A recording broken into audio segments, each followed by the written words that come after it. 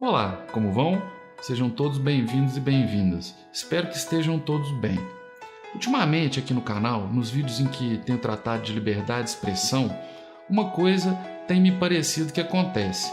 As pessoas tendem a achar que deva ser proibida aquela opinião que lhes agride e da qual discordam, e tendem a achar que deva ser permitida aquela opinião com a qual concordam, independente de que se trate de uma opinião agressiva aos outros.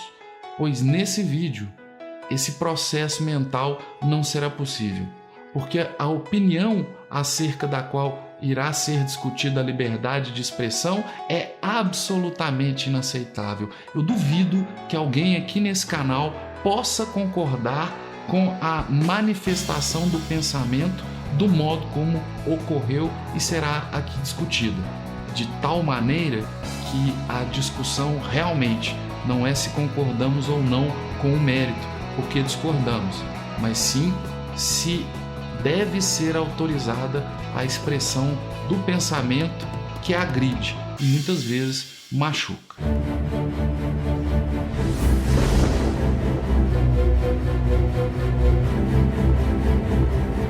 Era uma vez Matthew Snyder, um fuzileiro naval americano que foi morto em serviço, embora não em combate, durante a Operação Iraqi Freedom do exército americano na Guerra do Iraque. Seu pai, tendo recebido de volta o corpo do filho, decidiu velá-lo na igreja de São João, em Westminster, e enterrá-lo no cemitério ali nas proximidades. Eis que era uma vez também o amalucado e odioso pastor Fred Phelps, da igreja Westboro Church, fundada por ele mesmo desde 1995 e que vem realizando manifestações de cunho político-religioso em funerais e velórios de militares, bombeiros, policiais, chegando ao ponto de já ter realizado em 20 anos, nos primeiros 20 anos da sua igreja, mais de 600 manifestações em eventos como esse. Veja, velórios, funerais, enterros, não necessariamente dentro do velório, dentro do funeral, mas nas proximidades e às portas. E, afinal de contas, manifestação para dizer o quê? Segundo aquilo em que acreditam os seguidores da Westboro Church, que são na verdade apenas os familiares desse pastor Fred Phelps, os Estados Unidos estariam sendo punidos por Deus. Aliás, não só os Estados Unidos, a humanidade estaria sendo punida por Deus pelos seus muitos pecados praticados. E que pecados seriam esses? A Igreja Católica pela pedofilia em massa que praticaria. O exército ou as forças armadas americanas por aceitarem gays. A população em geral pelos diversos pecados que vem praticando. Ou seja, no entender desse senhor e de sua igreja, tsunamis, catástrofes, morte de soldados em guerra, tudo isso seria uma punição de Deus pela vida em pecado que estariam levando aqui na Terra. E foi assim, com esse entendimento, que uma vez que saiu a nota do falecimento do marinheiro Snyder, o senhor Fred, da igreja Westboro Church, avisou que ele iria lá fazer uma manifestação e foi. Eles não atrapalharam o serviço de funeral, não atrapalharam o enterro, ficaram a uma distância de aproximadamente 30 metros. Se você observar, a igreja é aqui. Nesse espaço ficou um grupo de motoqueiros cujo objetivo é justamente impedir que essas manifestações contrárias à guerra, contrárias aos militares, possam se aproximar dos funerais e outros eventos dessa natureza. E depois, do outro lado da avenida de duas pistas, ficou a família desse pastor ou a igreja desse pastor. Eles avisaram a polícia, perguntaram onde deveriam e poderiam ficar, ficaram no lugar determinado, porém, a mensagem que veicularam é o que aqui no Brasil seria tido como a mais terrível mensagem de ódio contra gays, contra a Igreja Católica e, assim, um ataque geral aos pecadores.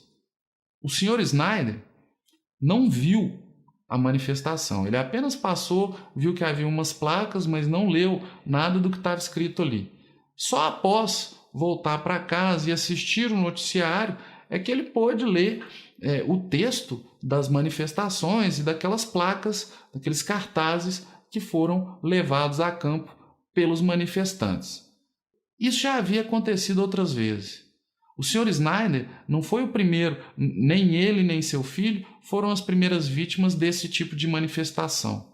A diferença é que eles tomaram uma providência e acionaram judicialmente o Sr. Fred Phelps, o pastor amalucado, e 2 de suas filhas, porque na oportunidade a manifestação contou com a sua igreja ou com o corpo da sua igreja, que lá presente consistia no pastor, 2 filhas e 4 netos.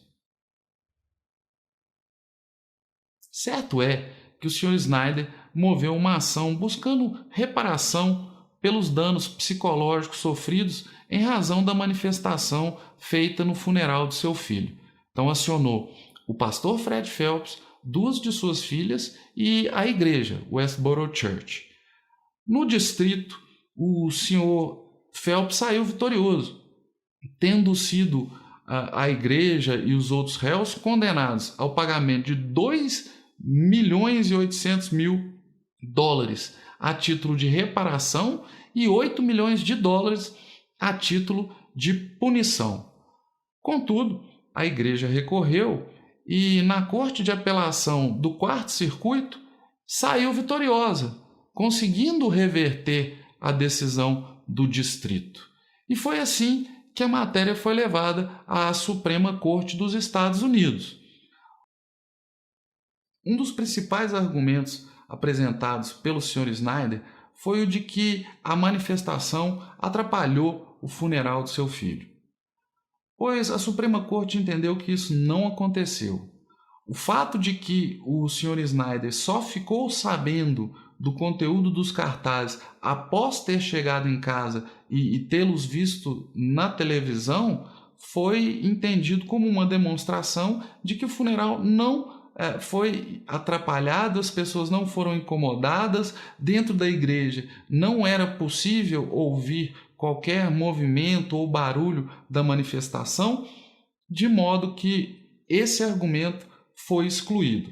Então, podemos entender que, nesse caso, o fato de alguém estar nas proximidades de um velório ou de um evento qualquer não caracterizaria o elemento suficiente para entender que o evento foi atrapalhado, tumultuado ou prejudicado de alguma forma. Outro argumento utilizado pelo Sr. Snyder é aquele segundo o qual o seu filho não seria uma figura pública e, portanto, não haveria justificativa, nem fundamento e nem seria objeto de proteção uma manifestação que tentasse atacar o funeral de um particular. Nesse aspecto, os juízes da Suprema Corte entenderam não haver muita distinção entre o fato da pessoa ser uma pessoa pública ou não, porque, na verdade, a manifestação não teria sido direcionada diretamente para aquele fuzileiro naval falecido. A gente pode até questionar isso, se foi ou se não foi. Há quem diga que foi. O voto discordante entendeu que foi. Mas a lógica que foi a determinante para a decisão é de que a manifestação, que reproduziu os mesmos cartazes usados em centenas de outras manifestações, não era um ataque direcionado a uma pessoa específica. Era uma manifestação realizada perto do funeral de um militar que voltou morto da guerra no Iraque.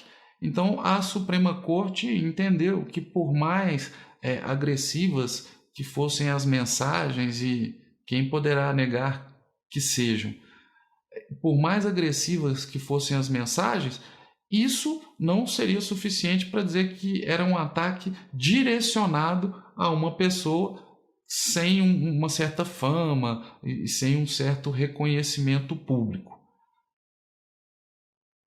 Os argumentos da Igreja podem ser tomados em dois campos. Por um lado, a questão da forma. Eles alegaram que seguiram todas as regras determinadas para uma manifestação dessa natureza.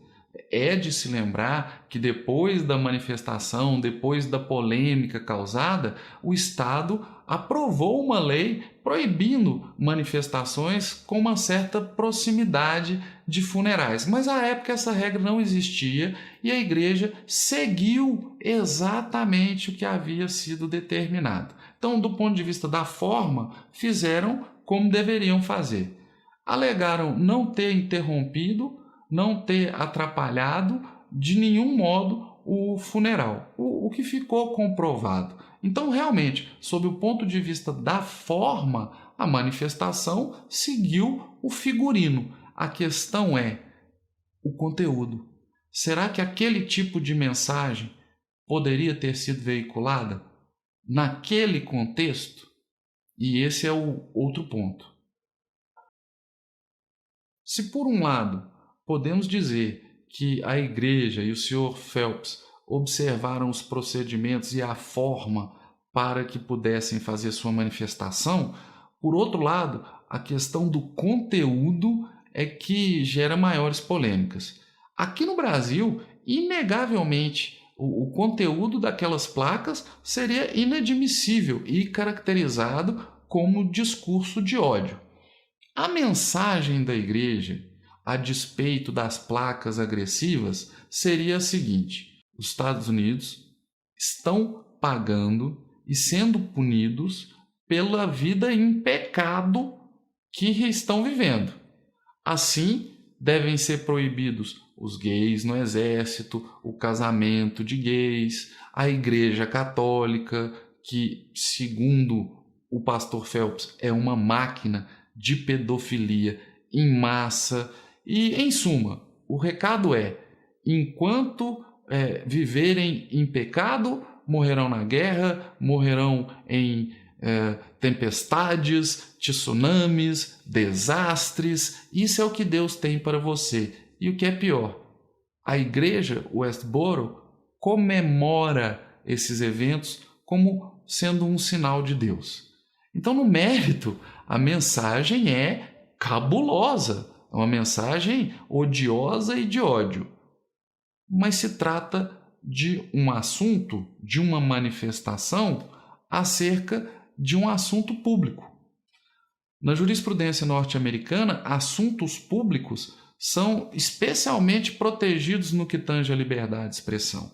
E o que seria um assunto público? Ora, um assunto que tratasse sobre política, ou sobre cultura, ou sobre algum aspecto relevante para a comunidade. E no caso, a despeito de se tratar de uma opinião de lunáticos, o certo é que é uma opinião sobre um assunto público.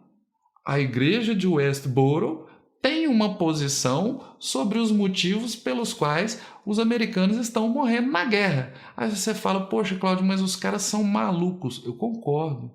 Ah, mas esses caras fazem um discurso de ódio. De ódio? É absolutamente reprovável. Um cara desse é um louco. O pior ainda, que coloca a família para fazer isso. Mas aí é nesse ponto em que nós vamos realmente testar a liberdade de expressão. Eu costumo dizer isso para os meus alunos: liberdade de expressão para dizer bom dia não é liberdade de expressão nenhuma. A liberdade de expressão é testada mesmo nesses momentos. Pois bem, e o que entendeu a Corte Suprema dos Estados Unidos? A Suprema Corte, reiterando a decisão da Corte de Apelação do 4º Distrito, entendeu que a manifestação da Westboro Church, do seu pastor malucão e das duas filhas, era protegida pela primeira emenda da Constituição norte-americana. Vejam, basicamente por tratar-se de um assunto público, de modo que, ao serem endereçadas questões referentes à política, referentes à cultura, referentes a assuntos de interesse geral, a tentativa de cerceamento deve ser evitada e a manifestação deve ser respeitada. Nesse caso especificamente, o que foi de maior destaque é que se trata de uma manifestação claramente ofensiva, e a Suprema Corte nos Estados Unidos entendeu que em assuntos públicos, para o bem do debate público, ainda que ofensiva, uma opinião qualquer deve ter o seu espaço para que seja veiculada. É muito diferente do que tem acontecido no Brasil, onde muita gente acha que uma opinião, por ser ofensiva, deva ser proibida, de modo que não podem ouvir opiniões ofensivas acerca da política e da cultura. Nesse ponto, acho que recebemos uma aula do direito norte-americano. Porém, fica aquele ponto, de ver um maluco falando uma série de asneiras, agredindo uma pessoa de bem e saindo, a bem dizer, impune. Houve um voto divergente, que foi o voto do juiz Samuel Alito.